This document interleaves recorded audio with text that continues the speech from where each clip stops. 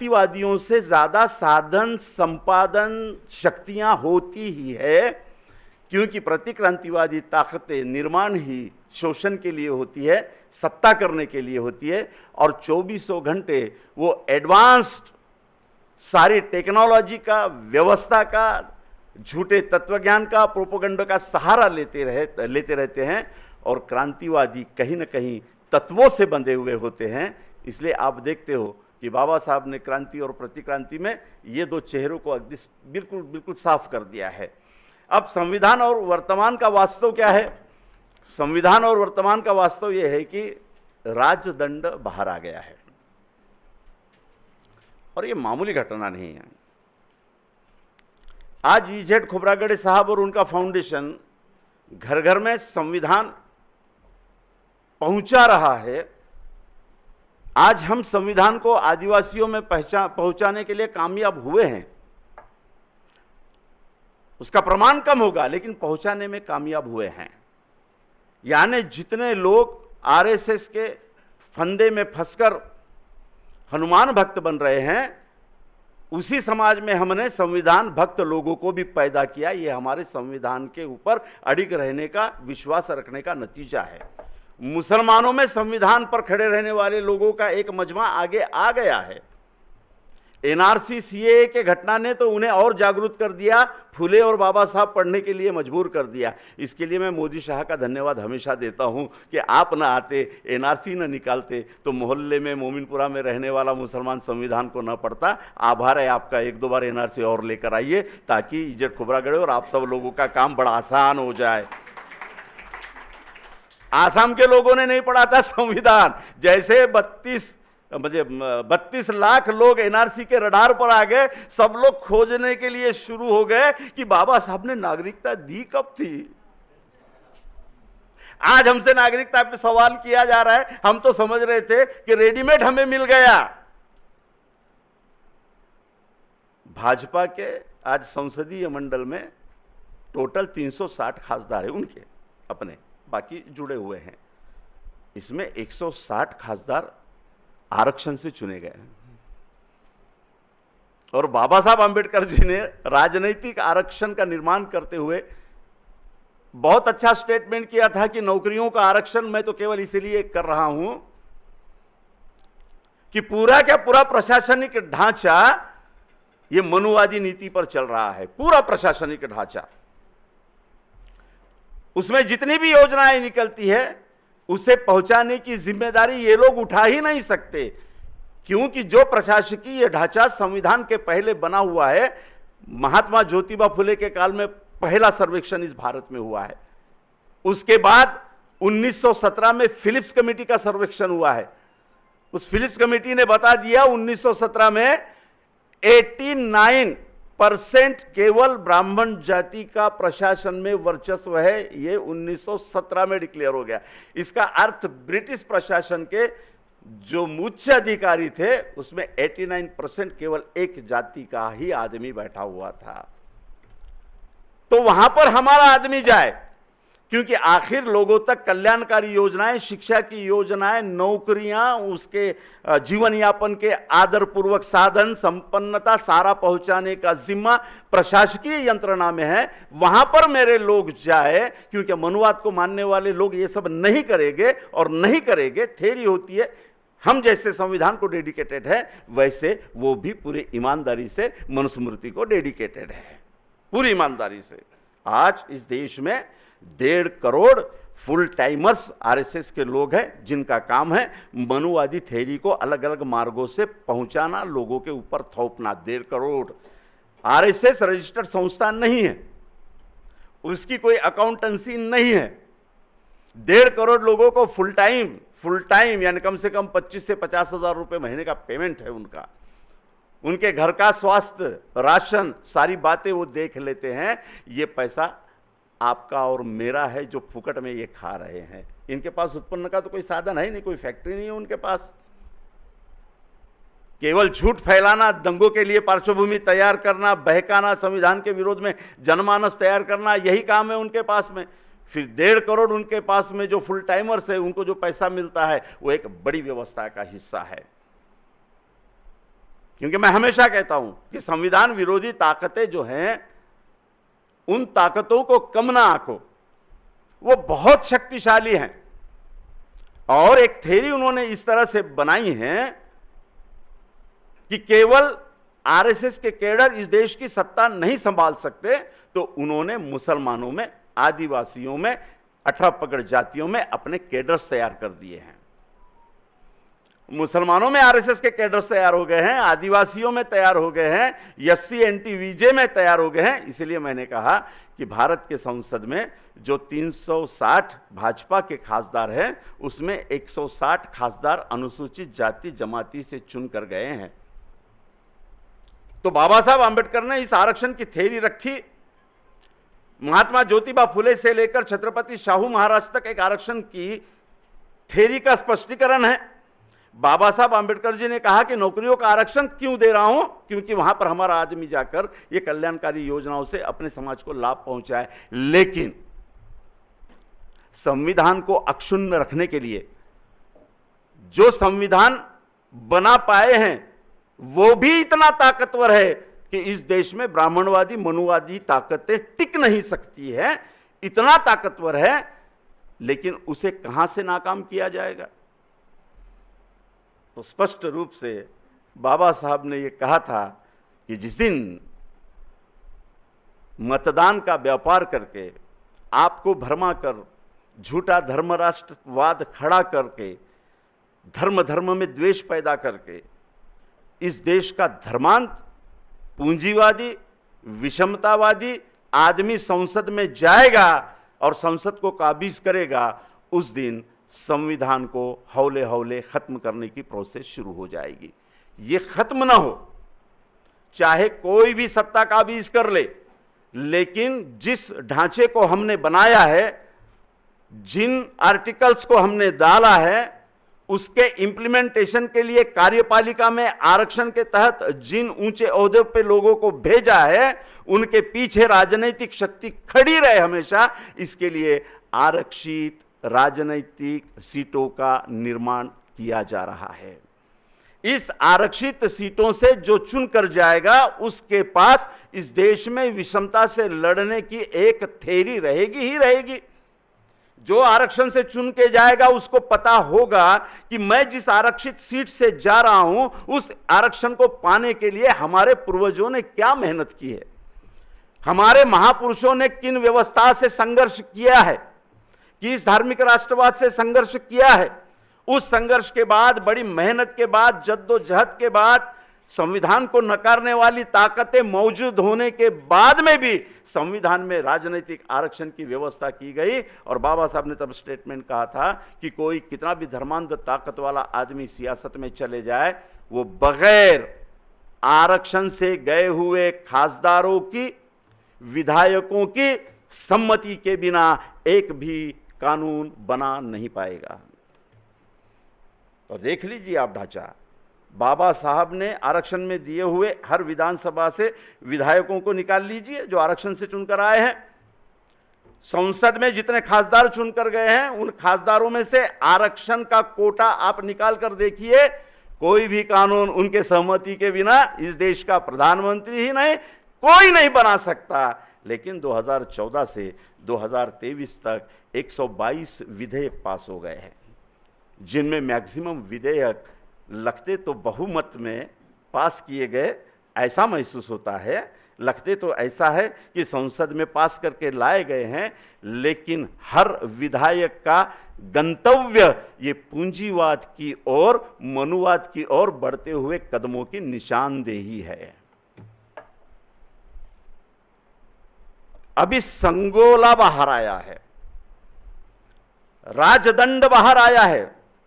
आपको पता है, अब जो हमने प्रस्तावना पढ़ी, कांबड़े मैडम ने प्रस्तावना पढ़ी, भारत की पहली संसद में डॉक्टर बाबा साहब आंबेडकर जी ने पंडित नेहरू, सरदार वल्लभ भाई पटेल, मौलाना अबुल कलाम आजाद, राष्ट्रपति राजेंद्र प्रसाद, इनको जो सौंपा था वो इस देश का संविधान था, असली राजदंड था।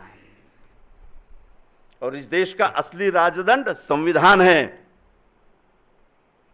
2014 में गफलत नहीं की भाजपा ने, आरएसएस ने कोई गफलत नहीं की। मैं उनकी प्रामाणिकता को कभी कभी सलाम भी करता हूं खोब्रागड़े सर, कि वो कभी कुछ छुपाते भी नहीं है, बहुत क्रिस्टल और क्लियर उनका एजेंडा है। 2009 के मैनिफेस्टो में उन्होंने डाला कि हम भारत के संस्कृति को, प्राचीन संस्कृति को इस देश में अमल में लाएंगे और उस संस्कृति को साझा हो ऐसे संविधान में बदल करेंगे। छुपाया नहीं उन्होंने। 2014 के मैनिफेस्टो में आप देख लीजिए, उन्होंने डाला है कि भारतीय संस्कृति का दर्शन। अब कौन सी संस्कृति, आप सारे बड़े बड़े इंटेलेक्चुअल्स को बताने की जरूरत नहीं है।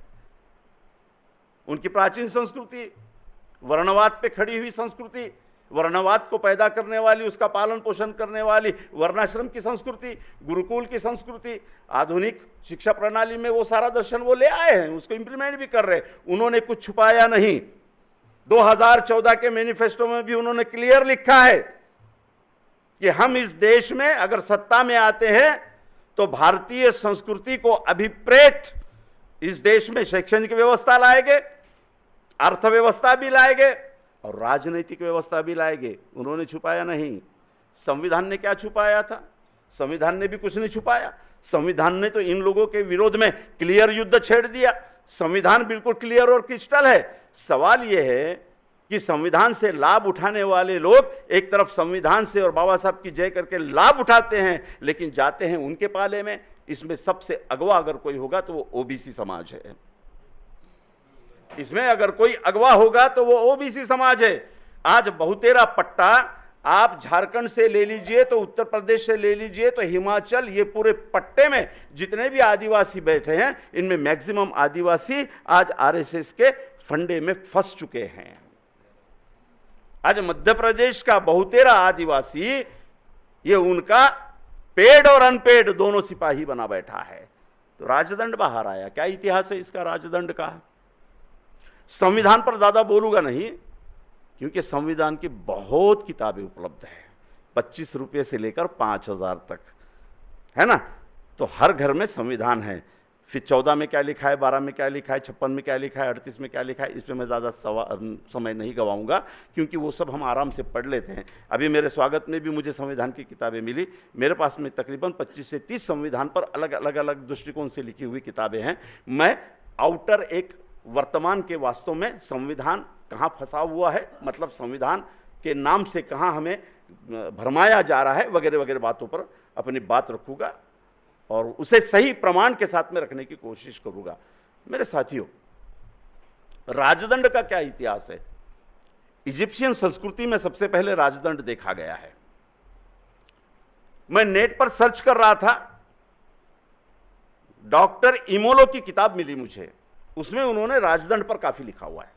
वो कहते हैं मंत्रों से सिद्ध किया हुआ एक ऐसा राजदंड जो ईश्वर की शक्तियों को राजा में निहित कर देता है, और राजा के पास में जब वो दंड आ जाता है तो सारी प्रशासनिक न्यायिक सारी शक्तियां राजा में निहित हो जाती है और राजा को कोई चैलेंज नहीं कर सकता। इसलिए राजदंड जब राजा अपने हाथ में लेता है तो एक संस्कृत में श्लोक बोला जाता है, वो इजिप्शियन भाषा में था। उसके बाद में जब वैदिक लोग आए तो उन्होंने संस्कृत में इस मंत्र को डाला। क्या है वो मंत्र? जब ये राजदंड राजा हाथ में लेता है तो 3 बार एक बात कहता है कि मुझे कोई दंड नहीं कर सकता, मुझे कोई दंड नहीं कर सकता और मुझे कोई दंड नहीं कर सकता। और वो राजदंड ग्रहण करके सिंहासन पे बैठ जाता है। खेल इसके बाद शुरू होता है। खेल इसके बाद शुरू होता है। यूं ही राजदंड निकाला नहीं गया। जब बाबरी मस्जिद राम जन्मभूमि का आंदोलन चल रहा था, उस वक्त में हम प्रोफेसर बेनूर, डॉक्टर अजीज बहुत तेजी से लिखान कर रहे थे। उस वक्त हमने 1990 में छोटी सी किताब लिखकर यह साबित कर दिया था कि ये चाल भारत के संविधान को और प्रजातंत्र को बहुत अखरने वाली है। अगर इस पर सारे पुरोगामी लोगों ने, कम्युनिस्ट लोगों ने, फुले अंबेडकरवादी आंदोलन के लोगों ने ध्यान नहीं दिया तो ये राम जन्मभूमि का मुद्दा प्रजातंत्र में ऐसी कील होगी कि आप धर्म राष्ट्र की चढ़ाई को रोक नहीं पाओगे। ये 90 के दशक में कहे थे। उस वक्त काशीराम जी का आंदोलन बहुत तेज चल रहा था। नागपुर में जो बसपा का पहला कैडर है, हम लोग उस बसपा के पहले कैडर से, फाउंडर से। मैं काशीराम जी के साथ में 3 से 4 सभाएं कर चुका हूं। पथनाट्य के जरिए हम लोग मंडल आयोग का जागरण किया करते थे। इंसाफ की आंधी नाम की जो पहली पिक्चर काशीराम जी ने बनाई, उसमें दाऊराम रत्नाकर का रोल मैंने किया है, जिसकी 5 लाख सीडीज उस वक्त में निकाली गई थी। उस वक्त में एक स्टेटमेंट से मैं बहुत नाराज हुआ था और मैंने अपनी नाराजगी व्यक्त कर दी थी। कौन सा स्टेटमेंट था? देखिए हम कहां गलत होते हैं, कहां सही होते हैं, आइडियोलॉजिकल स्टेटमेंट कहां देना है और सीधी लड़ाई को कहां राजकीय लड़ाई करके हाथ में लेना है, इस बात का तारतम्य न हो तो उसके नतीजे कैसे भुगतने पड़ते हैं, ये इस बात से इंगित होता है कि 1990-91 के दशक में जब हमने कहा था कि बहुत ताकत से उभर रही है बहुजन समाज पार्टी, सम्माननीय काशीराम जी बाबरी मस्जिद पे स्टैंड लीजिए। क्या स्टैंड लिया? स्टैंड ये था कि वहां ना मंदिर बने, ना वहां मस्जिद बने, वहां संडास बने। ये स्टेटमेंट था। बहुत दुख हुआ था। स्टेटमेंट ये चाहिए था कि भारतीय संविधान के तहत जो सत्य और न्याय होगा, हम उसके बाजू में राजकीय शक्ति करके खड़े रहेंगे। जिस दिन संविधान का निर्माण हुआ उसके 6 दिन पहले बाबा साहब अंबेडकर जी का पुतला आरएसएस ने जलाया था और उसके ही 2 दिन बाद बाबरी मस्जिद में मूर्तियां रखी गई थी, जिसके खिलाफ एफआईआर किसी अरे गहरे ने नहीं, सिर्फ वहां के हेड कांस्टेबल ने दर्ज करवाया था जो नाइट ड्यूटी पर था। उसने खुद कहा था कि ये बाबरी मस्जिद में मूर्तियां इन लोगों ने घुसकर जबरदस्ती रखी गई है। अब आरएसएस के माइंड को पढ़ने में नाकामयाब रहे कि वो क्या प्लान कर रहे हैं, उनका प्लान क्या है। आज किसी माई के लाल में ताकत है राम मंदिर को रोक कर दिखाए? आखिर उन्होंने झुका दिया, कांग्रेस को झुकाया, सपा को झुकाया, बसपा को झुकाया, राका को झुकाया। 2 ही पर्याय रखा इस देश में राजनीति का, एक तो सॉफ्ट हिंदू बन के राजनीति करो या कट्टर हिंदू बन के राजनीति करो। और इसमें आवाज दब गई सारी एससी की, इसमें आवाज दब गई आदिवासियों की, इसमें दुम दबाकर अपने मोहल्ले में बैठ गया मुसलमान। राजनीति का केंद्र बनाने में सफल हुए वो। जिस समाजवाद की बोली इस भारत में बोली जाती थी, संविधान के तहत जो बात करते थे, वो समाजवादी लोग भी बोलना शुरू कर दिए कि हम वैसे नहीं हैं, हम अच्छे हिंदू हैं, गलत हिंदू वो है। और संविधान बार बार कह रहा था कि यही झगड़ा है इस देश में। इस देश में सिर्फ भारतीय नागरिक है, ना कोई हिंदू है, ना कोई कट्टर मुसलमान है, ना कोई कट्टर बौद्ध है, ना कोई ईसाई है। ये तेरे घर का मटेरियल है, घर में रख। इस देश में तेरी आइडेंटिटी सिर्फ संविधान के तहत भारतीय है। इसी आइडेंटिटी को खत्म करने के लिए ढंग से संविधान निर्माता डॉक्टर बाबा साहब अंबेडकर जी का पुतला बना जलाकर आरएसएस ने शुरुआत की थी। राजदंड का इतिहास मैंने आपको बताया क्या है। राजा दंड लेकर मंत्रोच्चार के बीच 3 बार कहता है कि मुझे कोई दंड नहीं कर सकता। ना ईडी कर सकती है, ना सीबीआई कर सकता है, ना कोई सर्वोच्च न्यायालय कर सकता है, मुझे कोई दंड नहीं कर सकता। वो सिंहासन पे बैठ जाता है, खेल बाद में शुरू होता है मैडम। पुजारी आता है, पुजारी मंत्रोच्चार के साथ एक छोटी सी लकड़ी रखता है और लकड़ी राजा के सर पर मारकर कहता है कि मैं दंड कर सकता हूं, मैं दंड कर सकता हूं, मैं दंड कर सकता हूं। समझ रहे हैं धर्म संसद का खेल क्या कर रहा है आरएसएस, और किस तरह से संविधान का ढांचा न बदलते हुए, संविधान के किसी भी ढांचे को, प्रेम्बल को हाथ न लगाते हुए साष्टांग नमस्कार प्रजातंत्र के मुखिया ने आपके सामने कर दिया। नहीं पढ़ सकता नमाज वहां मियां, नहीं पढ़ सकते आप पंचशील वहां। उस संसद में ये सब नहीं चलेगा। चलेगा तो ब्राह्मण पुजारियों के मंत्रों द्वारा शुद्ध किया हुआ राजदंड, जिसको प्रधानमंत्री साष्टांग नमस्कार करता है, और जिस संसद में बाबा साहब आंबेडकर जी ने संसद के मुखियाओं को जो राष्ट्र ग्रंथ सौंपा था, उसके जगह धर्म दंड राजदंड के रूप में स्थापित हो गया। क्या खतरा है आप समझ लीजिएगा, क्या खतरा बढ़ रहा है इसको आप ढंग से समझ लीजिएगा। इस देश में नए फिलिस्तीन बनने की शुरुआत हो गई है, क्या समझ लीजिएगा। इस देश में एक नए राष्ट्र के निर्माण की प्रक्रिया वे शुरू कर रहे हैं, क्या समझ लीजिएगा। बहुत बड़ा खतरा इस देश के सामने है, संविधान के सामने है। और मजे की बात यह है 18 राज्य भाजपा के पास में नहीं है। बाकी राज्यों में जहां पर है वो 3 राज्य छोड़कर बाकी राज्यों में दूसरों के साथ मिलकर ये सत्ता चला रहे हैं। लेकिन प्रोपेगेंडा और सांस्कृतिक हमला इतना सटीक है कि हमें ऐसा लग रहा है कि देश भाजपा और आरएसएस की विचारधारा ही चला रही है। कर्नाटक में हार के बाद आपने क्या समझा था कि वे खामोश बैठ जाएंगे, वो राजदंड ले आए। आगे आप और कुछ करते हो तो वो ज्ञानवापी मस्जिद में न्यायालय के जरिए शिवलिंग का फव्वारा निकाल लेंगे। लिख लेना आज की तारीख में, 28 तारीख को भाषण दे रहा हूं। इस देश में लोकतंत्र को और संवैधानिक व्यवस्थाओं को डुबाने के लिए जो नियोजनात्मक कार्रवाई वे कर चुके हैं, जो टाइम बॉम्ब्स उन्होंने लगाकर रखे हैं इस देश में, उसकी भी मालूमात हर समाज को होना चाहिए। 111 मस्जिदों की और मुसलमानों के धार्मिक सांस्कृतिक स्थलों की निशानदेही वे कर चुके हैं, और वो कहते हैं कि हमें जैसी जरूरत पड़ेगी वैसे वैसे एक एक पिल्लू हम बाहर निकालेंगे। ये मुसलमानों के खिलाफ चढ़ाई नहीं है। मुसलमान भारत में थोड़ी रहते हैं, भारत में तो शूद्र रहते हैं जो मुसलमान बन गए होंगे। मुसलमान तो अरबस्तान में रहते हैं, इराक में रहते हैं, दुबई में रहते हैं, जहां मोदी जी जाकर बिरयानी नहीं खाए तो भी वेज बिरयानी खाकर आते हैं, वहां मस्जिद में जाकर तारीफ करके आते हैं।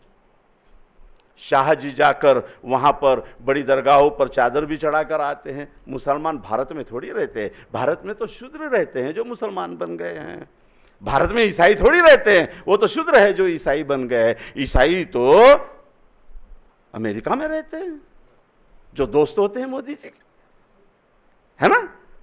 ईसाई तो ब्रिटेन में होते हैं जो मोदी जी के दोस्त हैं। यहां थोड़ी, यहां तो साले कल के शूद्र बन गए ईसाई। बहुत बड़ा खतरा है। ये सारी बातें संविधान पर जो लोग अड़ी गए उनको समझने की जरूरत है। कैसी लड़ाई है इस देश में। दोबारा सबसे खतरनाक राजदंड किसने निकाला? पुष्यमित्र शुंग ने निकाला है। पुष्यमित्र शुंग जब गादी पर बैठा मगध की, तो मंत्रों से, वेदों के मंत्रों से शुद्ध किया हुआ राजदंड धारण करके मगध के गादी पर बैठा था। मगध के गादी पर कौन सा दंड था? मगध के गादी पर 3 शेरों का अशोक दंड था, जिसे विध्वंस कर दिया गया। आप ढंग से क्रांति और प्रतिक्रांति बाबा साहब की पढ़ेंगे तो आपको समझ में आ जाएगा। आप तो जानकार है सब लोग, आपने पढ़ा भी होगा। तथागत के विचारों से प्रेरित होकर तथागत के मानवतावादी, वर्ण विरहित, जात विरहित समाज व्यवस्था, सांस्कृतिक व्यवस्था को सम्राट अशोक ने अंगीकृत किया, बौद्ध धर्म का स्वीकार किया, और पहली बार बौद्ध धर्म के पास में सैनिक शक्ति आई, राजनीतिक शक्ति आई, आर्थिक तंत्र आया, प्रशासनिक तंत्र आया। विचारों को जब तक राजनीतिक शक्ति नहीं मिलती तब तक विचारों की व्यवस्था निर्माण करने की कोई प्रक्रिया ही शुरू नहीं होती। व्यवस्था विचारों से निर्माण नहीं होती, विचारों से आदमी निर्माण होते हैं। व्यवस्था निर्माण करने के लिए राजनीतिक और सैनिकी शक्ति की निहायत जरूरत होती है। तो जब सम्राट अशोक ने बौद्ध धर्म का स्वीकार किया, राजनीतिक शक्ति आई, और आप देखेंगे कि बौद्ध धर्म की समतावादी संस्कृति कहां से कहां तक पहुंची और कितने विशाल शालाओं का निर्माण हुआ, कितने सांस्कृतिक ठिकानों का निर्माण हुआ। आप सब देखते हैं। संस्कृत को खालसा करके पाली भाषा को राजभाषा बनाया गया। कहां तक? डॉक्टर एडवोकेट परमेश्वर मेनन की किताब का मैं हमेशा अपने भाषणों में रेफरेंस देता हूं, the history of Hindu imperialism net पर मौजूद है। और बाबा साहब के हयात में उसका सेकंड एडिशन लाहौर से निकला था, और बाबा साहब आंबेडकर ने प्रॉपर रेफरेंस वाली किताब करके उसे तारीफ भी की थी। ये परमेश्वर मेनन जो है वो लाहौर के हाई कोर्ट में बहुत अच्छे प्रैक्टिशनर थे। बाद में उन्होंने बौद्ध धम्म में भंते सामने जो होते हैं वो पद स्वीकार किया और जिंदगी भर वो महाथेरो करके रहे। उनकी एक किताब ये स्पष्ट रूप से बताती है कि ब्राह्मणवाद के सामने सबसे बड़ा खतरा बौद्ध विचारों से भी ज्यादा बौद्ध धम्म को मिली हुई राजकीय शक्ति थी। और ब्राह्मणवाद जानता था कि राजकीय शक्ति जब तक हमारे पास में है हम जीवित हैं, और जिस दिन राजकीय शक्ति हमारे हाथ से चली गई हम मृत है। क्योंकि एक कोटेशन बाबा साहब का क्रांति और प्रतिक्रांति में है कि अशोक के काल में ब्राह्मण भी उतने ही सर्वसाधारण नागरिक थे जितने अन्य थे, उन्हें भी उतना ही अधिकार था जितना ब्राह्मणों को था। यानी मनुस्मृति के आधार पर ब्राह्मणों ने करोड़ों लोगों को अछूत बनाया, लेकिन बौद्ध धम्म ने उन्हें अछूत नहीं बनाया, उन्हें बराबरी का नागरिक ही समझा। लेकिन जिनके जीन्स में, जिनके ब्लड में श्रेष्ठतावाद घुसा हुआ हो, वे किसी भी समता को नहीं मानते, वे अपने आप को श्रेष्ठ ही मानते हैं। और इस श्रेष्ठता के लिए जितना भी संहारक रूप सामने लाना पड़े वे लाते हैं। आखिरी सम्राट बृहदत्त को पुष्यमित्र शुंग ने मारा और मगध की गादी हस्तगत की, 96,000 विहारों को जला दिया। रिकॉर्डेड है, 96,000 विहारों को जला दिया, और जो बड़े विहार जला नहीं सका उसे ब्राह्मणी मंदिरों में परिवर्तित कर दिया। लेकिन यह हुआ कैसे? केवल विरोधी पक्ष वालों ने राजदंड के लिए जो कुछ नाटक हुआ उसका निषेध किया है, बहिष्कार किया है, लेकिन पहल अभी हुई नहीं है। वो राजदंड स्थापित हो गया है। इतना तो हुआ, संविधान को लेकर जो मूवमेंट इस देश में चली उसमें इतना तो हुआ कि विरोधी पक्ष 18 विरोधी पक्षों ने इसका बहिष्कार किया, और वो इस प्रक्रिया में नहीं गए। इतना तो इस प्रजातंत्र में संविधान ने माइंड सेटअप किया कि ऐसी कृतियों का विरोध किया जाए। यह हमारी बड़ी उपलब्धता है, बड़ी उपलब्धता है। तो साथियों, जब बृहदत्त को मारा गया तब मैं हर भाषणों में ये रेफरेंस इसलिए लेता हूं कि वर्तमान में क्या चल रहा है इसकी एक आलेख, इसकी एक प्रतिरूप हमारे सामने आए। संविधान तो वही है, सारी कार्यप्रणाली, प्रशासन प्रणाली, फौज तो वही है। तो जब बृहदत्त को मारा तो सारी कार्यप्रणाली, न्याय व्यवस्था, प्रशासन व्यवस्था तो बौद्धों की ही थी। समझ रहे हैं ना आप? सारी प्रणाली, आज भी सारी संसद लोगों से चुने हुए लोगों की है, आज भी सारी विधायिका लोगों से चुने हुए लोगों की है। हम प्रजातंत्र में ही जी रहे हैं, लेकिन राजदंड बाहर निकल गया। आखिरी राजा बृहदत्त के काल में तो सारी यंत्रणा बौद्धों की थी, लेकिन पुष्यमित्र आ गया, और पुष्यमित्र ने जब बृहदत्त को मारा तो पूरी क्या पूरी बौद्ध यंत्रणा खामोश रही, विद्रोह नहीं हुआ। कोई इतिहास नहीं दिखाता कि विद्रोह हुआ। क्यों? यही तो वर्तमान की समस्या है कि क्यों भाई, सम्राट बौद्ध, तत्वज्ञान बौद्ध, मिलिट्री बौद्ध, सारे के सारे ऑफिसर्स बौद्ध, एक पुष्यमित्र शुंग वंश का ब्राह्मण बृहदत्त को मार देता है, विद्रोह की कोई साक्ष्य इतिहास नहीं देता। क्या वर्तमान में यही सब कुछ हो गया है? क्या मिलिट्री को इस तरह गुमराह किया गया कि ऊपर का ढांचा तो बौद्धिज्म का दिख रहा था, लेकिन अंदर से पूरा ब्राह्मणी हिंदुत्व जोर पकड़ चुका था? गंभीर मुद्दा है। वर्तमान के संदर्भ में यह लिंक समझ लेना बहुत जरूरी है। आज मिलिट्री के 99% कैप्टन्स आज इस देश के आईएएस ऑफिसरों में एक बहुत बड़ी लॉबी जो कमांडिंग पोस्ट पर है, रॉ की लॉबी, आईबी की लॉबी, ईडी की लॉबी, सीबीआई की लॉबी, हाईकोर्ट की लॉबी, सुप्रीम कोर्ट की लॉबी किस मानसिकता में चली गई ये समझ रहे हैं आप और हम बहुत आराम से समझ रहे हैं। सुप्रीम कोर्ट के निर्णय मजाक का विषय बन चुके हैं। बाबरी मस्जिद का निर्णय आपने पढ़ा, 5 मेन फाइंडिंग्स है। सुप्रीम कोर्ट पहला जज राज्यपाल बन गया, दूसरा सांसद बन गया, तीसरा राज्यपाल बन गया, चौथा एक बहुत बड़े अंडरटेकिंग गवर्नमेंट का चेयरमैन बन गया, पांचवा अभी इंतजार में किस राज्य का मुझे राज्यपाल देते हैं। इन 5 लोगों ने निर्णय दिया था। 5 फाइंडिंग्स है। कौन सी? वहां पर राम मंदिर था ही नहीं, सुप्रीम कोर्ट का फाइंडिंग, वेरी गुड। दूसरा, मंदिर गिराकर मस्जिद बनाई गई, इसका कोई सबूत नहीं मिलता। तीसरा, राम जन्म वहां पर मूर्तियां रखी गई, एक आपराधिक कृत्य था।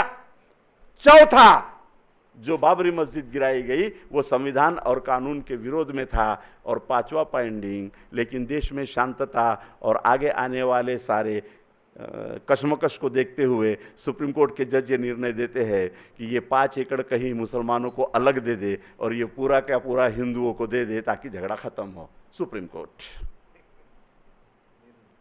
इंटरनेशनल लेवल पर इसकी चीरफाड़ हुई और उसमें भी कभी भी कल्पना नहीं की होगी संविधान निर्माताओं ने ऐसा एक कलम डाल दिया, बहुत ही क्रूर कलम। कौन सा? इसके खिलाफ कोई अपील किसी कोर्ट में नहीं की जा सकती। शिंदे वाईट आहेत पण चालून घ्या, कारण पर्याय नाही। काय निर्णय आहे कोर्टाचा? शिंदे सरकार जो बैठी वो पूरी अवैध है। उनका सरकार का गठन करना अवैध है, सब अवैध है। लेकिन उद्धव साहब ने राजीनामा दे दिया, इसलिए हम कुछ नहीं कर सकते। फ्लोर टेस्ट करना था, हमने तब भी पोस्ट डाली वीडियो बनाकर। फ्लोर टेस्ट करते तो हारना तो निश्चित था, उद्धव जी हार जाते। तो यही सुप्रीम कोर्ट कहता, फ्लोर पर तो हार गए, वो तो संवैधानिक हार है, हम क्या कर सकते हैं, जाओ अपने घर। क्यों हो रहा है ये सब? ये एक मैनिपुलेटेड खेल पूरे भारत में चल रहा है। ये संविधान को परे धकेलकर मनमानी डिसीजंस और मनमानी एक टारगेट के तरफ जाने के लिए रास्ते बनाए जा रहे हैं।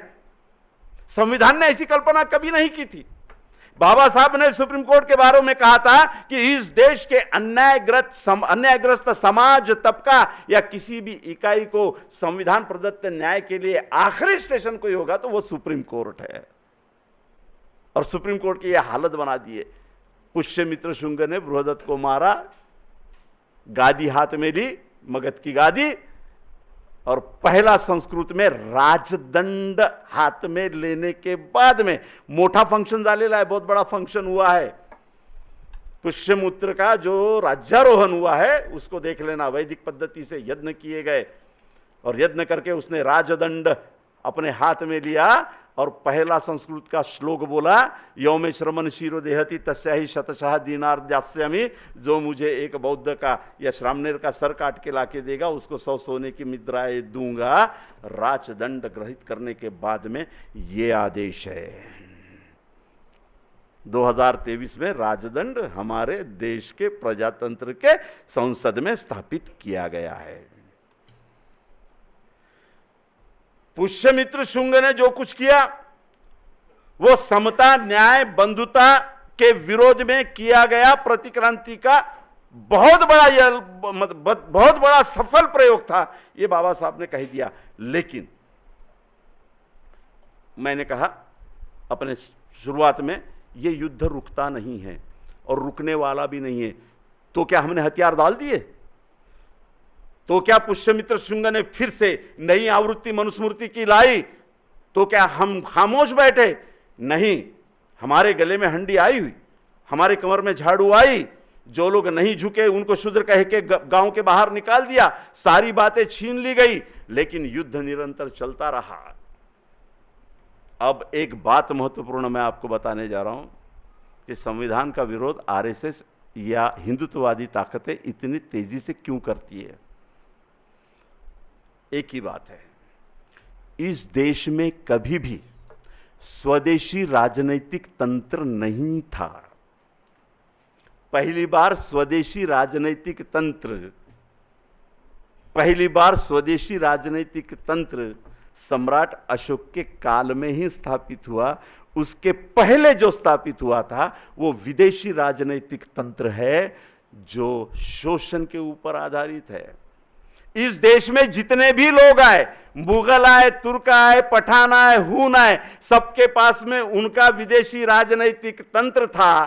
पुष्यमित्र के बाद में इस देश में देशी राजतंत्र रहा ही नहीं है, विदेशी राजतंत्र रहा है। देशी राजतंत्र के नाम पर आर्यों ने बनाया हुआ मनुस्मृति पर आधारित राजतंत्र रहा है, जिसमें इस देश के 90% लोगों को शस्त्र विहीन, संपत्ति विहीन, राजकारण से बाहर, धर्म कारण से बाहर कर दिया गया। तब से लेकर संविधान की निर्मिति तक इस देश का 90% ये जो समाज है जो बाहर कर दिया गया था वो राजतंत्र का हिस्सा नहीं था। बाबर आया, कितने लोगों को लेकर आया? 300 लोगों को लेकर आया, सम्राट हो गया इस देश का। खिलजी आया, कितने लोगों को लेकर आया? आपको लग रहा होगा खिलजी आया तो बहुत बड़ी फौज लेकर आया होगा, कुछ नहीं, 3-3.5 हजार की फौज थी खिलजी के पास। ब्रिटिश आए तो आपको क्या लग रहा है बहुत बड़ी फौज लेकर आए? नहीं। मुगल आए तो बहुत बड़ी फौज लेकर आए? नहीं। उनके पास में अपना विदेशी तंत्र था राजनीति का।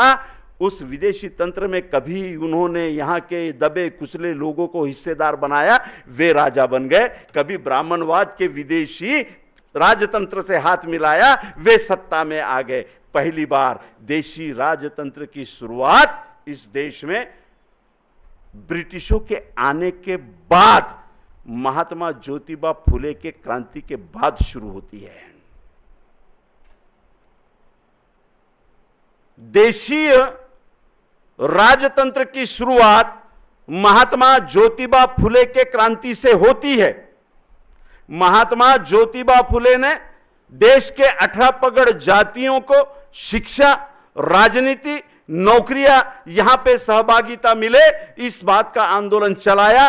किसानों को उसके अनाज का मूल्य मिले, इस आंदोलन को चलाया।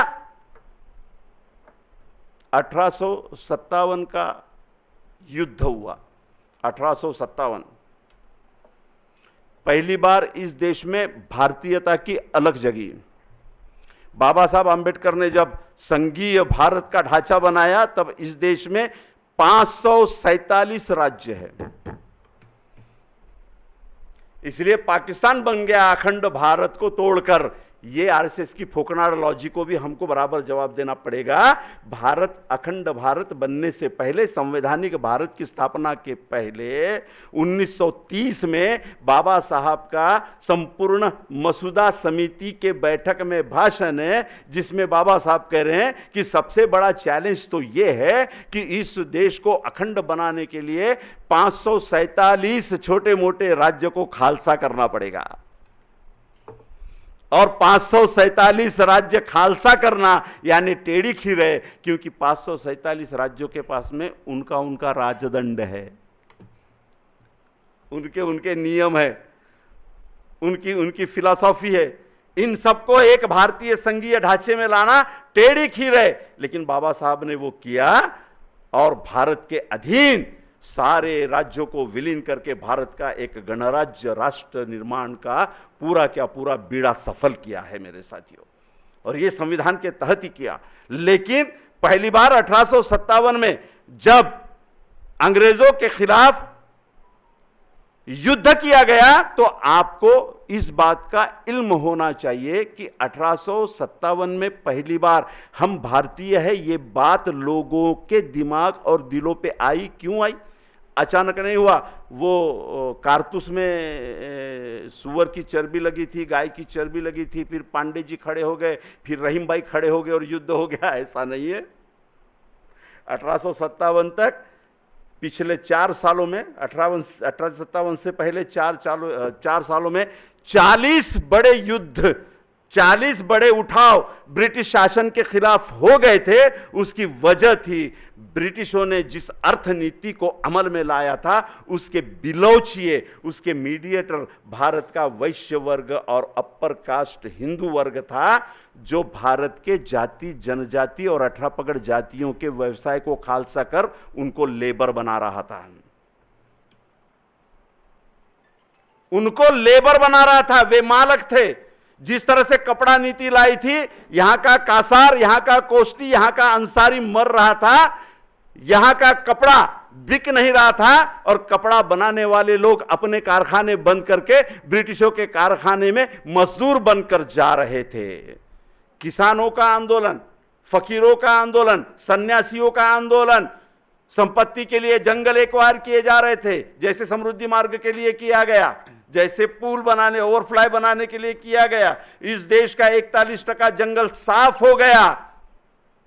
ये महामार्गों के और पुल के चक्कर में 41% जंगल इस देश का खत्म हो गया। पार्टियों को बहुत पैसा मिला, 5 स्टार उनके ऑफिसेज बन गए, लेकिन गांव का विभाजन हो गया। रहदारी से जो ग्रामीण क्षेत्र की अर्थनीति चल रही थी वो खत्म हो गई। पान ठेले, चाय टपरी वाले गांव के वो जो किनारे पे बैठे हुए दुकानदार हैं, ये सारी इकोनॉमी खत्म हो गई। क्यों हिंदू समाज का पिछड़ा समाज विमनस्क अवस्था में पहुंचा है, और विमनस्क अवस्था में पहुंचे हुए इस समाज को हम लोग संविधान की तरफ मोड़ने के लिए ज्यादा साधन नहीं होने से नाकामयाब हो रहे हैं। इस विमनस्क अवस्था को धर्मांधता में डुबाने के लिए उनके पास में साधन ज्यादा होने से वे कामयाब हो रहे हैं। जो आदमी आर्थिक और सामाजिक दबाव में रहता है, उसे धर्मांधता की तरफ ले जाना बहुत आसान होता है। 1857 में यही स्थिति थी। फिर 1857 का नेता किसे बनाया गया? नेता बहादुर शाह जफर को बनाया गया। किसने बनाया? 63 रियासती इकट्ठा आकर ब्रिटिशों के खिलाफ उठाव करते हैं। 63, और 63 में लगभग 40 रियासतें हिंदुओं की है, हिंदू राजा है। हिंदू राजा 40 हैं, और बचे हुए 23 जो है वो मुसलमान हैं। लेकिन नेता किसे बनाते हैं? बहादुर शाह जफर को बनाते हैं, क्योंकि बहादुर शाह ये हिंदुस्तान का राजा घोषित होता है, मुसलमान करके नहीं, और हिंदू राजा जो शामिल होते हैं वो हिंदू करके नहीं।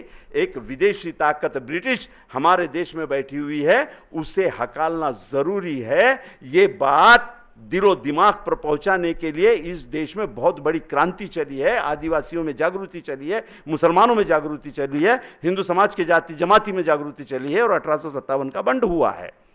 अब 1857 के बंड के वक्त महात्मा ज्योतिबा फुले जिंदा है। महात्मा ज्योतिबा फुले का इस देश के बहुजनों को अधिकार और हर क्षेत्र में प्रतिनिधित्व का आंदोलन ब्राह्मणवाद के खिलाफ चल पड़ा है। शिक्षा के लिए वो आंदोलन चल पड़ा है। 1857 के युद्ध में ब्रिटिश पहचान जाते हैं और ब्राह्मणवाद पहचान जाता है कि पहली बार भारत की जनता युद्ध में उतरी है। ध्यान में लेना, इस लिंक को जरा ध्यान में लेना कि 1857 में पहली बार भारत के जन समूह ने एक युद्ध में, जिसको हम राजनीतिक युद्ध कहते हैं, उसमें पदार्पण किया है। और ब्राह्मणवादी ताकतें चौंक जाती है कि ये तो खतरा है, ये तो बहुत खतरा है। हम जिस आइडियोलॉजी पर चल रहे हैं उस आइडियोलॉजी को तो ये खतरा है।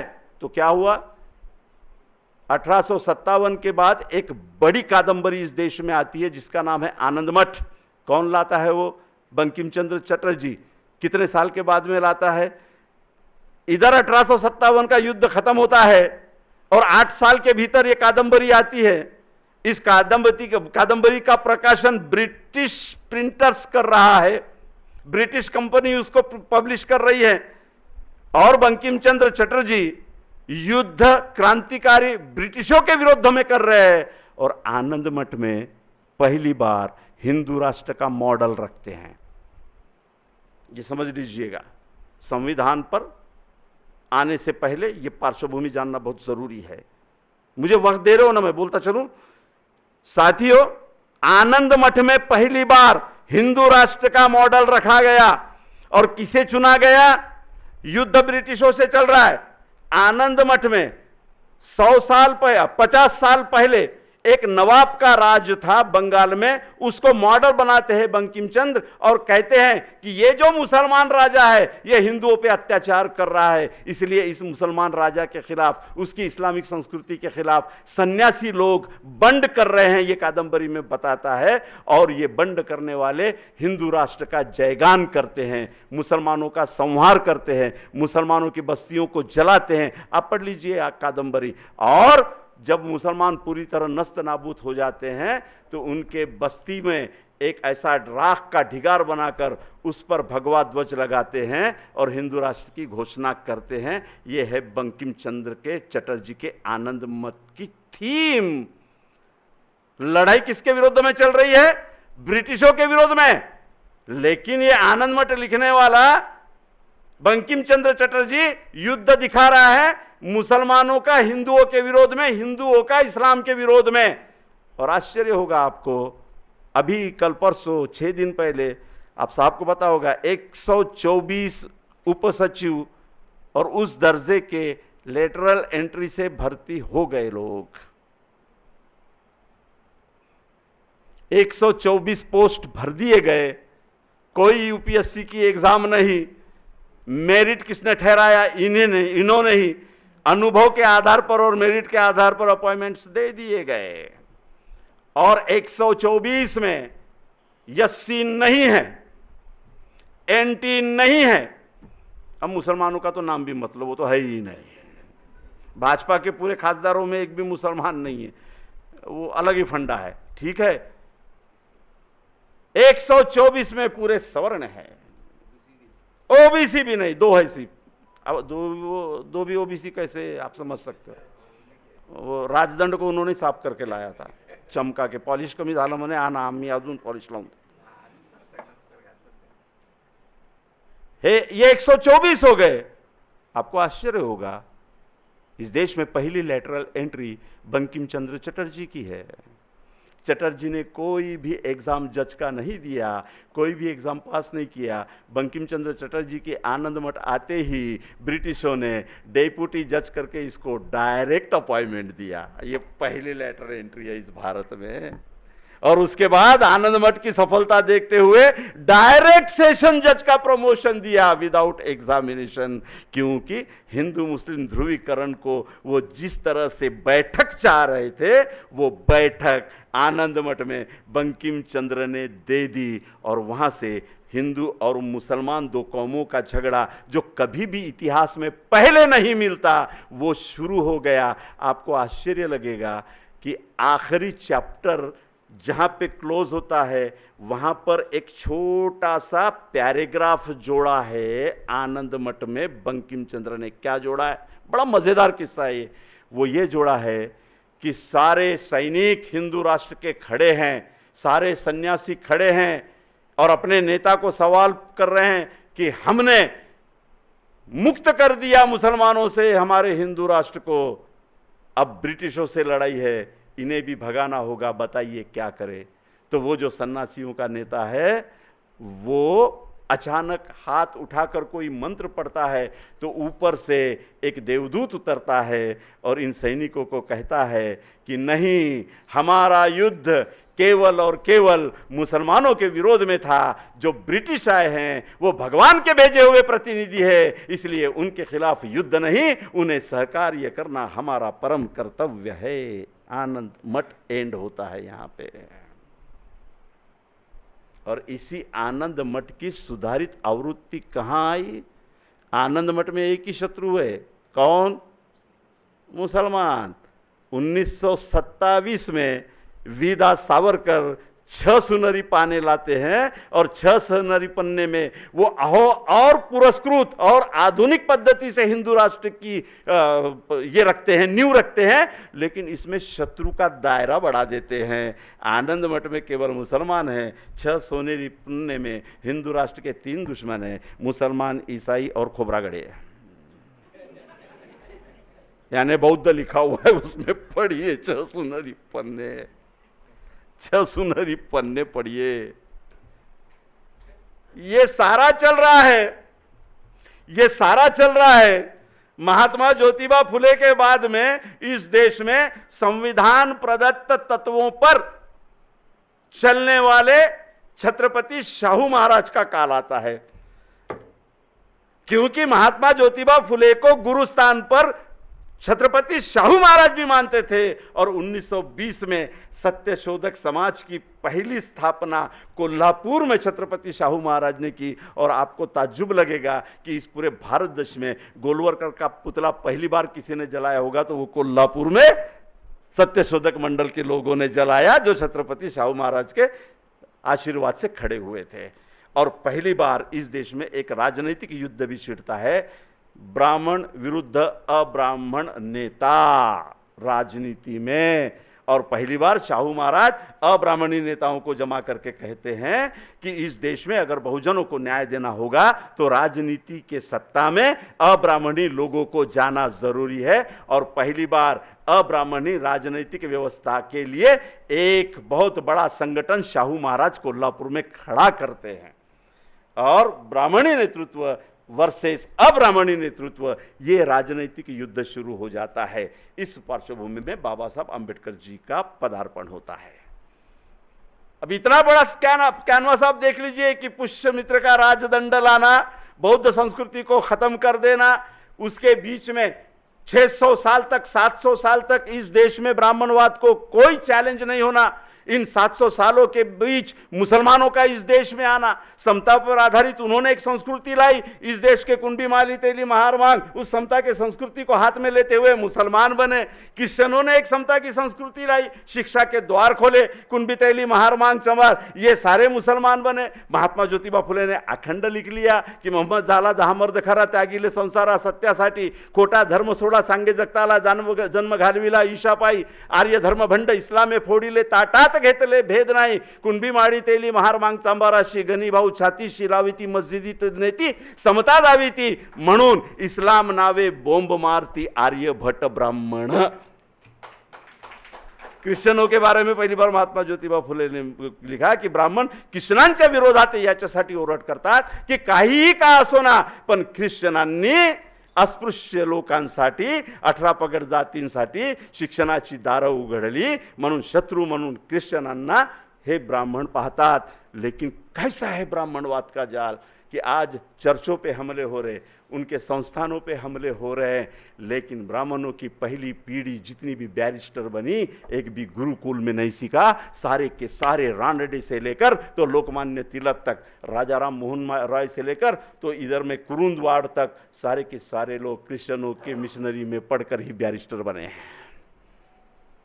और आज जिन मदरसों पे ये हमले कर रहे हैं आपको आश्चर्य लगेगा, राम मोहन राय से लेकर महात्मा गांधी तक सारे के सारे मदरसे में पढ़कर अव्वल नंबर के इंटेलेक्चुअल बने।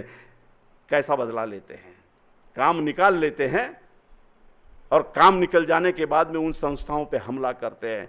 क्या किया बौद्ध विहारों के साथ में? परमेश्वर मेनन की किताब एक बार पढ़िए। परमेश्वर मेमन कहते हैं कि सम्राट अशोक के अंतिम काल में जिन बुद्ध विहारों से वैज्ञानिक मानवतावाद का प्रक्षेपण होता था, जिन बुद्ध विहारों से मानवीय तत्व ज्ञान को रखा जाता था, ये खतरनाक इंस्टीट्यूशन है, ये ब्राह्मणवाद ने पहचाना। और सम्राट अशोक के अंतिम काल में लगभग 88% 88% बौद्ध विहारों का ताबा ब्राह्मणों से धर्मांतरित श्रामणों ने ले लिया था। 88% बौद्ध विहारों का ताबा ब्राह्मणों से धर्मांतरित श्रामणों ने ले लिया था। और उन्होंने ताबा लेकर उन विहारों से अंधश्रद्धा रखना शुरू किया, दैववाद रखना शुरू किया, बौद्ध विचारों को चार फाड़ किया, हीनयान लाया, महायान लाया, बौद्ध के तत्वज्ञान और आचरण को छोड़कर मूर्ति पूजा का स्तोम शुरू कर दिया। और यही नहीं, उस काल में बुद्ध के नाम से यज्ञों का भी शुरुआत कर दी। ये है उनकी प्रतिक्रांति की। क्या ये मौलाना नहीं बने होंगे? क्या ये पादरी नहीं बने होंगे? हमारे पिछवाड़े से जो गैस निकाल रहे तो पादरी बन के तो निकाल रहे लोग। ये जो इस्लाम ने समतावाद रखा उसको अंधश्रद्धा में डुबाने के लिए मौलाना नहीं बने होंगे? अमीबा पेक्षा भयानक प्राणी है। अमीबा भी आश्चर्यचकित होगा कि सारा महिष इतने रूप नहीं ले सकता, इतने रूप ये लेता है। ये कुछ भी कर सकते हैं। अपनी सत्ता के लिए ये कुछ भी कर सकते हैं। क्यों नथुराम ने सुनता नहीं की थी? क्यों नथुराम गोडसे ने टोपी और दाढ़ी नहीं ली थी? अभी अभी नांदेड़ में बम स्फोट हुआ, आप तो शायद हो गए उस वक्त में साहब कहीं ना कहीं, आप पता नहीं। नांदेड़ में बम स्फोट हुआ, पकड़े गए वो आरएसएस के तीनों चारों कैडर, बजरंग दल से जुड़े हुए। जब खोज की गई तो 100 से ज्यादा दाढ़ियां, 100 से ज्यादा टोपियां, लुंगियां, क्या नहीं करते। असीमानंद का बयान नहीं सुना आपने? कोर्ट में दिया असीमानंद ने बयान कि हां हमने मुस्लिम वेश धारण करके मुस्लिमों को बदनाम करने के लिए बम विस्फोट किया। कोर्ट के सामने दिया हुआ बयान है। तो साथियों, इतना भयानक खेल है इस देश में। तो बाबा साहब आंबेडकर आते हैं और संविधान निर्मित की शुरुआत हो जाती है। अब क्या होता है? स्वतंत्र, न्याय, समता, बंधुता, इसके पहले कोई भी देशीय संरचना नहीं है, देशीय राजकारण नहीं है। बाबा साहब आंबेडकर जी जिस संविधान के तरफ बढ़ रहे हैं, वो संविधान भारत में पहली बार देशीय रचना को स्थापन कर रहा है। क्या होती है देशीय रचना? देशीय रचना ये होती है कि शासन प्रशासन राजनीति में हर देशीय बांधव का समावेश, जो ब्राह्मणवाद के विदेशी रचना में नहीं बैठता। मनुस्मृति की रचना ये देशीय रचना नहीं है। वो 4 वर्णों में विभाग कर केवल ऊपर के वर्ण को सारी सत्ता सौंपने वाला ढांचा है, जो विदेशी राजतंत्र का ढांचा है। संविधान का ढांचा ये देशीय राजतंत्र का ढांचा है। तो देशीय राजतंत्र में देश के तमाम लोगों को इन्वॉल्व करने के लिए सबसे पहले लड़ाई जो लड़ी बाबा साहब ने, वो 1928 में मतदान की लड़ाई लड़ी। इस देश में मैं बार बार कहता हूं कि गांधी जी से जब बाबा साहब की बहस हुई तो गांधी जी को कहा था कि मुझे मातृभूमि नहीं है। मैंने हर भाषण में स्टेटमेंट को इस्तेमाल किया। आज भी मैं कहता हूं कि जब बाबा साहब ने यह कहा था कि मुझे मातृभूमि नहीं है, तब वो केवल सिंबॉलिक स्टेटमेंट था, वो केवल अस्पृश्यों के लिए नहीं था। क्योंकि 1928 में और देश आजाद होने के पहले तक, संविधान अपने देश में लागू होने के पहले तक, इस देश में केवल 11% लोगों को मतदान का अधिकार था।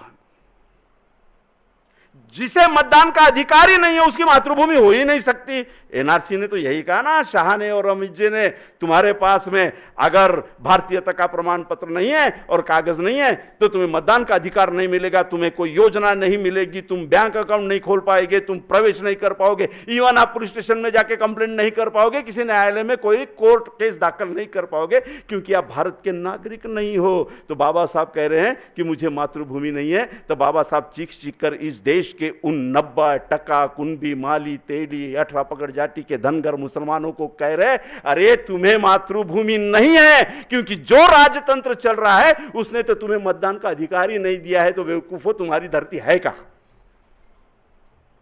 ये तमाम मुसलमानों को, तमाम आदिवासियों को, तमाम 18 पगड़ जातियों को, लोगों को पहली बार मातृभूमि तभी मिली जब बाबा साहब ने प्रौढ़ मताधिकार के तहत इस भारत के तमाम नागरिकों को मतदान का अधिकार मिला दिया। उसी दिन हमें भारत नाम की मातृभूमि मिली है। इतना बड़ा काम संविधान ने किया है।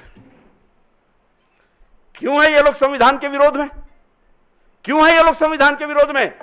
क्योंकि जो इनका विदेशी ढांचा है उसको पूरी तरह तहस नहस करने का काम संविधान की देशीय रचना करती है। कोई जान सकता था, समझ सकता था कि जिन लोगों को अस्पृश्य करके बाहर फेंक दिया, वो आदमी संविधान लिख सकता है, और उसी के खून का आदमी इतना बड़ा ऑफिसर बन के प्रशासन में संविधान की प्रस्तावना पढ़ने का हुक्म जाहिर करके उससे पढ़वाने के लिए मजबूर कर सकता है। ये है देशीय रचना की शक्ति जो संविधान देता है। तो कैसे विरोध हुआ संविधान का? अपने आप नहीं मिला, संविधान का एक टकराव है। वो टकराव कैसे है देखिए। जब संविधान बनना शुरू हुआ 1932 में, ब्रिटिशों ने जाहिर कर दिया था कि हम स्टेप बाय स्टेप स्वतंत्रता दे देंगे। भारत का संविधान कैसे हो, इसकी प्रक्रिया शुरू हो गई, इसकी बहस शुरू हो गई। 1932 में डॉक्टर भगवान दास, जो कि भारत के बहुत मशहूर व्यक्तित्व थे और उच्च वर्ण से आते थे, भगवान दास बहुत बड़ा नाम है। क्या लाया उन्होंने 1932 में? मनु की आदर्श समाज रचना नाम का ग्रंथ लाया, जिसे ब्राह्मणी प्रचार यंत्र ने राष्ट्र ग्रंथ करके प्रचारित किया। चैलेंज ध्यान में ले लीजिए। 1932 में ब्रिटिश इंडिया काउंसिल में भारत को आजादी देते वक्त संविधान का निर्माण कैसे हो, इस पर चर्चा चल रही है। मसूदी समिति का गठन तो बाद में हुआ, लेकिन ब्रिटिश इंडिया कॉन्स्टिट्यूशन के अंदर ही, उस संसद के अंदर ही भारत के संविधान निर्माण की चर्चा शुरू हो गई थी, जिसे बाबा साहब आंबेडकर लीड कर रहे थे, अपने बातों को रख रहे थे। और एक बहस चल पड़ी थी कि आजाद होने वाले भारत का संविधान कैसे होगा। उसी वक्त में 1932 में डॉक्टर भगवान दास मनु की आदर्श समाज रचना नाम का ग्रंथ लाते हैं और तमाम वर्तमान पत्र, तमाम मीडिया, वर्तमान का जैसा गोदी मीडिया है वैसा ही प्रचारित करता है कि ये ग्रंथ भगवान दास का आदर्श समाज रचना का संहिता है और हमें नए संविधान की जरूरत नहीं है। 1934 में जब प्रौढ़ मताधिकार से लेकर, निर्वाचन क्षेत्र से लेकर भारत में न्याय व्यवस्था का ढांचा कैसा हो, इस बात को लेकर, संघीय रचना को लेकर बहस चल रही है। 1934 में समाजशास्त्री केवल मोटवानी, इन्होंने फिर एक ग्रंथ लाया, मनु की आदर्श रचना। देखो संविधान के पैरेलल ये मनुस्मृति को कैसे ला रहे हैं। 1934 में ये लाया, उसके बाद में 1949 में केवी रामास्वामी, रंगास्वामी बड़ा नाम है, केवी रंगास्वामी बड़ा नाम है, इन्होंने एक नया ग्रंथ लाया जिसका नाम था भारत का कन्फ्यूशियस मनु। और जैसे 1949 में रंगास्वामी ने भारत का कन्फ्यूशियस मनु नाम का किताब लाया, गोलवरकर लिखते हैं यही हमारे पास में असली संविधान है, हमें नए संविधान की जरूरत नहीं है, ये गोलवरकर कहते हैं। और 1949 में हमारा संविधान मुकम्मल हो जाता है। 1951 में उसे अमल में लाया जाता है प्रत्यक्ष रूप से।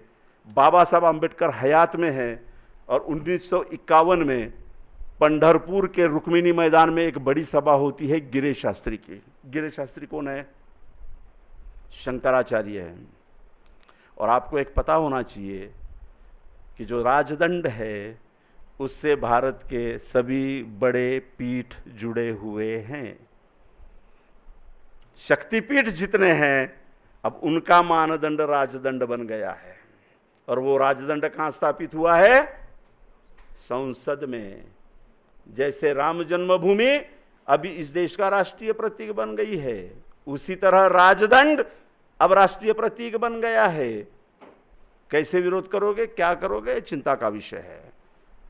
तो 1951 में बाबा साहब आंबेडकर हयात में है, रंगास्वामी की 25,000 की सभा हो रही है और रंगास्वामी गिरीश शास्त्री शुरुआत कर रहे हैं अपने भाषण की।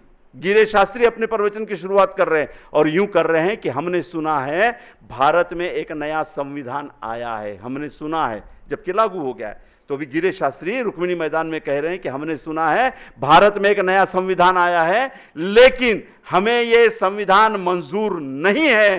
क्यों? क्योंकि इसे एक शूद्र ने लिखा है। भरे मैदान में अभी बागेश्वर कह रहा है, क्या कह रहा है? हिंदू राष्ट्र बना के रहेंगे। वो इतना शक्तिशाली चमत्कारी है कि कल परसों स्टेटमेंट दिया केवल भारत नहीं पाकिस्तान में भी हिंदू राष्ट्र बना देंगे। हमने कहा कि जरा एम्पलीफायर बढ़ाओ चमत्कार का, अफगानिस्तान का को छोड़ना, इराक का को छोड़ना, 8 साले को सभी को बना देना और वहां पे आश्रम बना के अपने रामबाल पाल और आसाराम सब वहां पे पैदा करो। ये बड़ा खतरनाक खेल चल रहा है। 51 में कह रहे चैलेंज देखो संविधान को, 51 में हकीकत में चैलेंज बाबा साहब हैं, भारत की सरकार बैठ गई है, पहली केंद्रीय सरकार, और ये गिरीश शास्त्री कह रहा है कि हमें ये मंजूर नहीं है। पत्रकार ने पूछा कि क्यों मंजूर नहीं है, आपने भाषण में बोला इसलिए कि वो शूद्र ने लिखा है। तो पत्रकार कहता है कि आप बाबा साहब आंबेडकर जी को मिले हो, कभी देखे हो? तो कहते हैं कि नहीं मिला और जरूरत भी नहीं है। तो पत्रकार कहता है कि आप जानते हो दुनिया के चंद इंटेलेक्चुअल में बाबा साहब सबसे ऊंची इंटेलेक्चुअलिटी पर हैं, अमेरिका में जब प्रॉब्लम हुआ था, इंग्लैंड में जब प्रॉब्लम हुआ था, तो जो आयोग चुनाया गया था उसमें बाबा साहब भारत से अकेले थे, गुरुकुल का कोई मिला ही नहीं था, क्योंकि वो कंदमुळं याच्या पलीकडे जातच नाही म्हणे ते. खूप झालं तर गोबरवर येऊन त्यांची बुद्धिमत्ता संपते, म्हणून भारतामध्ये एकच बुद्धिवंत होता, बाबासाहेब आंबेडकर. म्हणून इंग्लंडच्या त्या रुपीच्या प्रॉब्लेमसाठी जो आयोग झाला होता सर, त्याच्यात उसमें से बाबा साहब आंबेडकर अकेले भारतीय थे. क्या कहता है गिरीश शास्त्री? होगा ना बुद्धिवंत, हमें क्या करना है, हम बाबा साहब की तरफ ऐसे देखते हैं जैसे किसी नाले में से बहता हुआ दूध आता है और वो गंदा हो जाता है. काय मानसिकता आहे संविधानाच्या विरोधी असलेल्या लोकांची आणि काय शक्ती आहे लक्षात घ्या. 1922 में पोद्दार नाम का शख्स पैदा होता है, हनुमान प्रसाद पोद्दार. कौन है ये? इस देश में जितने भी पूंजीवादी बैठे हैं, चाहे बिड़ला हो, अरे हो एक मैं भूल गया, आज कितना अच्छा फोटो था पता है, पूरे का पूरे मंत्रोच्चार वाले निर्वाचित सरकार के प्रतिनिधि. आदि निर्वासित होते थे, अब मोदी जी ने निर्वाचित सरकार के प्रतिनिधि बनाया. क्या चित्र है इस भारत में, दंड लेके हमारे मोदी जी चल रहे हैं और पीछे में लोकसभा का अध्यक्ष ओम बिड़ला चल रहा है. प्रजातंत्र की नींव, संविधान की नींव किस तरह खोखली की जा रही है, कर दी गई है. इस बात को बड़े गंभीरता से सारे समाजों ने सोचने की जरूरत है कि कौन सा खतरा हमारे सामने खड़ा हुआ है. साथियों, राजदंड का मसला इतना आसान नहीं है. तो 1951 में इन्होंने ये बात कही बाबा साहब के हयात में कि हमें यह संविधान मंजूर नहीं है. अब लड़ाई असली तब शुरू हो जाती है जब संविधान अमल में आ गया. संविधान अमल में आते से ही पहली बार इस देश में आदिवासी, अनुसूचित जाति, जमाती, जनजाति के लोग सत्ता में आना शुरू हो गए. 1922 में हनुमान प्रसाद पोद्दार ने गीता प्रेस की स्थापना की, कल्याण मासिक की स्थापना की और संविधान के विरोध में, नए भारत के विरोध में यलगार खेला. और आपको ताज्जुब होना चाहिए कि पहले ही स्ट्रोक में गीता प्रेस में 17 लाख कॉपियां गीता की निकाली. प्रोडक्शन कॉस्ट था अगर 1 रुपया तो बाटी 10 पैसे में, और अभी तक 27 करोड़ कॉपियां प्रोडक्शन कॉस्ट से भी 60, 70, 80% कम में, कई जगह मुफ्त में ये बांट चुके हैं. और हनुमान प्रसाद पोद्दार अपने भाषणों में कहते थे कि छुआछूत और अस्पृश्यता ईश्वर निर्मित है, वर्ण व्यवस्था ईश्वर निर्मित है. और गीता प्रेस का उद्घाटन गुरु गोलवरकर ने किया और गीता प्रेस को फाइनेंसर कांग्रेस के महामहिम पंडित, क्या नाम था उनका, बता रहा हूं आपको, पंडित मदन मोहन मालवीय इसके फाइनेंसर थे. समझना कितना बड़ा जाल है. पंडित मदन मोहन मालवीय इसके फाइनेंसर थे और इनके बहुत अच्छे संबंध सरदार वल्लभ भाई पटेल से थे, राष्ट्रपति राजेंद्र प्रसाद से थे. और जब भारत की पहली संसद बैठी, 200 पंडितों का आरती उतारकर उनके पैरों का तीर्थ पीकर राष्ट्रपति राजेंद्र प्रसाद राष्ट्रपति के पद पर बैठे हैं. संविधान के सामने चैलेंजेस उसकी निर्मित के समय से ही है, पैदा होने से पहले यह विरोध है. अब सवाल यह है कि भारत में जो प्रच्छन्न युद्ध छेड़ दिया गया है उसे हम कैसे निपटेंगे. 2024 हमारे सामने है. कर्नाटक में एक हमने अच्छा उदाहरण दिया है कि जो लोग संविधान के विरोध में हैं उनको हम सत्ता से बाहर रखने में कामयाब हो गए हैं. किस पार्टी की सत्ता बैठी वो इंपॉर्टेंट मेरे लिए ज्यादा नहीं है, ज्यादा यह है कि जो लोग संविधान के खिलाफ स्पष्ट काम कर रहे हैं हम उनको हटाने में एक जगह कामयाब हुए, एक संदेश दिए हैं कि ऐसी धर्मांधता आपकी नहीं चलेगी, यह देश जमहूरियत से चलता है. हम एक संदेश देने में कामयाब हुए हैं. क्या किया है इन्होंने? आपके शक्ति के 4 स्रोत है. एक राजनीतिक शक्ति, दूसरी औद्योगिक शक्ति जो व्यापार के माध्यम से आती है, तीसरी प्रशासनिक शक्ति और चौथी शक्ति है शिक्षा की शक्ति. शिक्षा की शक्ति को मनुस्मृति पर आधारित कर दिया है. मैं कोल्हापुर में गया था, हम और ताहिरा कोल्हापुर में गए थे.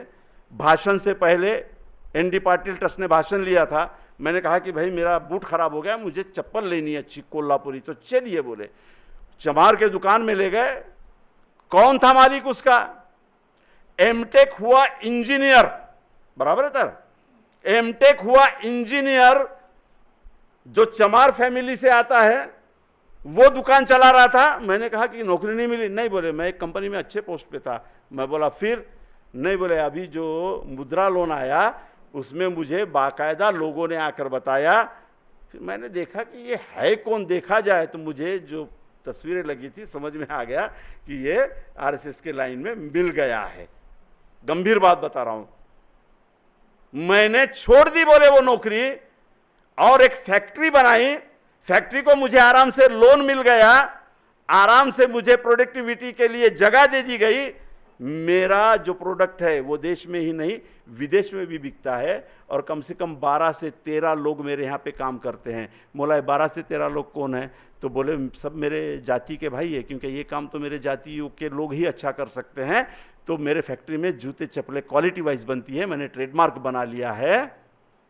मैंने सोचा कि किस तरह एक इंजीनियर को चमार से जुड़े हुए व्यवसाय में वापस भेज दिया, किस तरह 14 लोगों को उसी व्यवसाय में स्थापित कर दिया और ब्राह्मणवाद ने अपने लिए प्रशासन का रास्ता 100% रिजर्व कर लिया। क्या ग्लोबलाइज आइडिया है उनके पास में। कितने खतरनाक आइडिया है कि नई शिक्षा योजना में आप जिस जाति के हो उस जाति का अच्छे से अच्छा व्यवहार आपको सिखाया जाएगा, प्रशिक्षण दिया जाएगा, पैसा दिया जाएगा।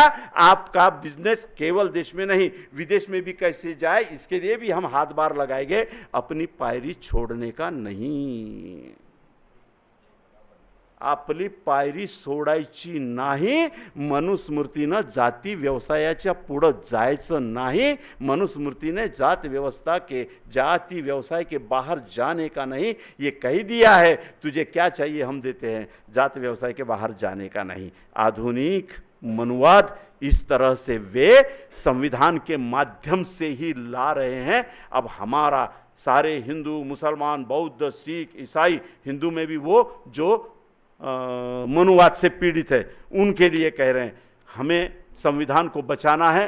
तो आने वाले समय में सबसे पहले राजनीतिक शक्ति इनसे छीननी होगी, वरना 2014 से लेकर जिस तरह से संविधान प्रदत्त स्वायत्त संस्थाओं का गला घोट दिया गया, क्या आपने सोचा था इस देश में सामाजिक संदेश देने का आधार था फिल्म?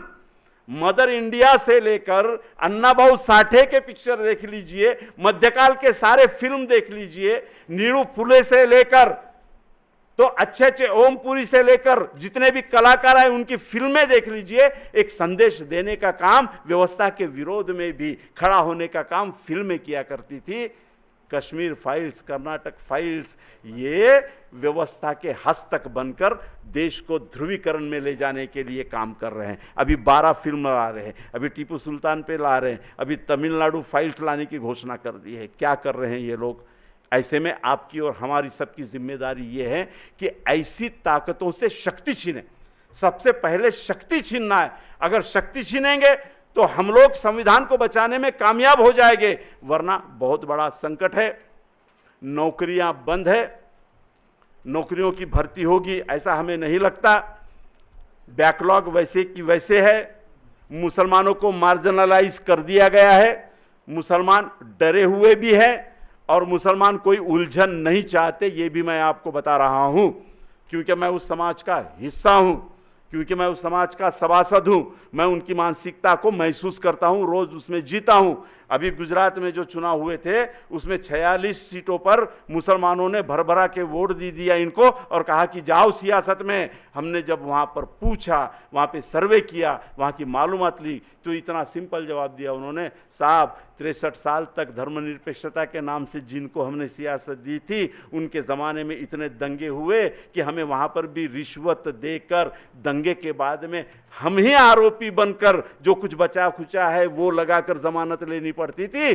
धर्मनिरपेक्षता के नाम से जिन लोगों को राज सौंपा, उन्होंने 63 साल में ये बदहाली की, तो अब तो डायरेक्ट हमला करने वाले सत्ता में आए हैं, अभी उनको सत्ता दे दी तो वो कुछ नहीं करते, बोलते हैं कि मियाँ जहां है वहीं पर अपना ठोक पीट करते रहे, लेकिन जाते जाते पूछ लेता है, और मियाँ कैसे क्या हो, सलाम। जीने के लिए कम से कम इतना तो मिल रहा है, बेमौत मरने से बेहतर इतना तो मिल रहा है। ये देखो, ये साइकोलॉजिकल इफेक्ट डालने में वो जो कामयाब हुए हैं, इस बात को भी गंभीरता से समझना पड़ेगा। अभी नया शिक्षा नीति में ईसाइयों पे हमले शुरू हो गए, संविधान प्रदत्त सारे संस्थाओं को खत्म किया जा रहा है। सबसे ज्यादा जगह जो है वो ईसाई मशीनरियों के पास में है। इनका टारगेट क्या है? आपके नागपुर में, ताजाबाद में एक्वायर कर ली गई जमीन, क्या हो रहा है वहां पर? सौंदर्यीकरण हो गया, 500 बेड का हॉस्पिटल आ रहा है और मल्टीप्लेक्स कॉम्प्लेक्स आ रहा है। कौन है इसके मालिक? आप जानते हो, जिनका बर्थडे था उनके सारे साथी है। आप समझ लेना, ईसाइयों की कमेटी हुई थी, मैं उसमें गया था, नितिन सरदार थे, बोले दूसरा हमला हम पर है। ईसाई मशीनरियों को खत्म करने के लिए कंपलसरी मराठी पढ़ाने का कंपल्सेशन कर दिया गया है कि ईसाई मशीनरी को अब जितने भी स्कूल है उसमें मराठी कंपलसरी पढ़ाना ही पड़ेगा। अगर मराठी नहीं पढ़ाते हो तो आपको परमिशन नहीं, आपके स्कूलें बंद कर दो। वो कहते हैं कि हमारा बिजनेस ही एजुकेशन है और इंग्लिश का एजुकेशन देना अच्छा, यही हमारे बिजनेस की असली बैठक है। अगर हम कंपलसरी यहां पर मराठी पढ़ाना शुरू कर देंगे तो बच्चा हमारे पास में क्यों आएगा? वो तो यहां से जाएगा। और दूसरी बात, ये लोग जितनी जगह चर्च के पास में है उनके पुराने दस्तावेज मांग रहे हैं, मदरसों के दस्तावेज मांग रहे। ये सारा जो काम चल रहा है, ये संविधान प्रदत्त सारी व्यवस्थाओं को उध्वस्त करने का काम कर रहा है। मेरे साथियों, आज वर्तमान में संविधान को बचाने की जिम्मेदारी तुम्हारी और मेरी है। आने वाले चुनाव में, मैं राजनीतिक बात नहीं कर रहा हूं, लेकिन हम सब मतदान करने वाले लोग हैं, तो हम राजनीति से अछूत नहीं रह सकते। हम लोगों को राजनीति करनी ही पड़ती है। जब हम मतदान करने जाते हैं तो राजनीति वहीं हमारी शुरू हो जाती है। 2024 में बहुत कॉन्शियसली समाज में संवैधानिक व्यवस्था जिंदा रहे, इस और ही हमें जाना होगा। मॉब लिंचिंग करने वाले लोगों को मंत्री जाकर अगर तिरंगा उड़ाता है तो व्यवस्था कहां तक गई है ये समझ लीजिए। उन्नाव में दलितों की चमड़ी छीन लेने वाले उन लोगों को 6 दिन में, 8 दिन में बेल मिल जाती है। बिल्किस बानो के बलात्कारियों को अच्छे व्यवहार और संस्कार के कारण छोड़ दिया जाता है।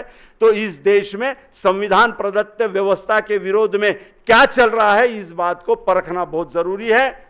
मुसलमानों से मैं हमेशा आह्वान करता हूं कि आप जिस तरह से खोबरागढ़े साहब और उनका समाज संविधान पर चर्चाएं ले रहा है, अब मदरसों में, मस्जिदों में, मुसलमानों के इदारों में, चर्च में, गुरुद्वारों में, सिखों की संस्थाओं में, बोहरा खोजा समाज की संस्थाओं में, आदिवासियों के गोटुल में, बंजाराओं के गोटुल में संविधान पर चर्चा होनी चाहिए, संविधान पर परिसंवाद होना चाहिए और संविधान को बचाने के लिए हम सब लोगों ने इकट्ठा आना चाहिए। मैंने जो आलेख लिया उस आलेख को मैंने अपनी किताब में सविस्तर लिखा है। फुले शाहू गांधी आंबेडकर का ब्राह्मणी राष्ट्रवाद से संघर्ष, इस किताब में मैंने पूरी बात, मतलब कहां से, बौद्ध प्रतिक्रांति से लेकर, पुष्यमित्र से लेकर तो वर्तमान के संविधान निर्मिति तक लिख छोड़ा है। और दूसरी एक इंपॉर्टेंट किताब है बहुजनांता इस्लाम स्वीकारण्याचा सामाजिक इतिहास। दोनों किताबें यहाँ उपलब्ध है। मैं चाहता हूं कि आप लोग वो खरीदे। 400 रुपये का सेट है लेकिन 300 में मिलेगा। इसमें एक बात हुई थी, मैं 2 मिनट लेना चाहूंगा, कि गांधी का नाम डालने के बाद में काफी ऑब्जेक्शंस मेरे पास तक पहुंचे कि साहब फुले शाहू आंबेडकर तो ठीक है, लेकिन आपने गांधी कैसे डाला, वो ब्राह्मणी राष्ट्रवाद के विरोध में कैसे थे? तो मैंने कहा कि आपने पढ़ी किताब? तो बोले नहीं। तो मैं बोला यार ऐसी मत पूछ लीजिए कीजिए ना, ये कॉमन स्टेटमेंट है कि गांधी ने हमारा दुश्मन, हमारा शत्रु। थोड़ा सा आइडियोलॉजिकली आगे चलिए, थोड़ा सा आइडियोलॉजिकली कुछ हम इंप्रूव हो सकते हैं क्या देखिए, बहुसंख्यकों के गणितों के तरफ बढ़ सकते हैं क्या देखिए। जब ब्राह्मणवाद अपने मोहन भागवत से मौलाना इलियास के पास जाकर ये कहलवा लेता है कि तुम्हारा और हमारा डीएनए एक है, यही कहा ना, मौलाना इलियास के पास जाकर मोहन भागवत जी ने यही कहा ना कि हमारा तुम्हारा डीएनए एक है। हमने कहा कि धर्म व्यवस्था को चाहने वालों का डीएनए एक हो सकता है, लेकिन तुम्हारा डीएनए संविधान को चाहने वाले लोगों से नहीं मिलता। हमारा डीएनए अलग है, हमारा डीएनए अलग है, तुम्हारा अलग हो सकता है। गांधी जी की महत्ता यह है, बाबा साहब और गांधी जी का विरोध वैचारिक था ही था, उसमें कोई मतभेद नहीं है। लेकिन गांधी जी की हत्या करने से पहले नथुराम ने क्या कहा उसे जरा समझ लीजिए, उसे भी तो पढ़ना होगा। नथुराम ने ये कहा है, उसका स्टेटमेंट पढ़ लीजिए, न्यायालय में दिया हुआ उसका पूरा क्या पूरा स्टेटमेंट है, वो भी ढंग से पढ़ लीजिए। गोलवलकर ने उस हत्या के बाद में क्या लिखा था उसे भी पढ़ लीजिए।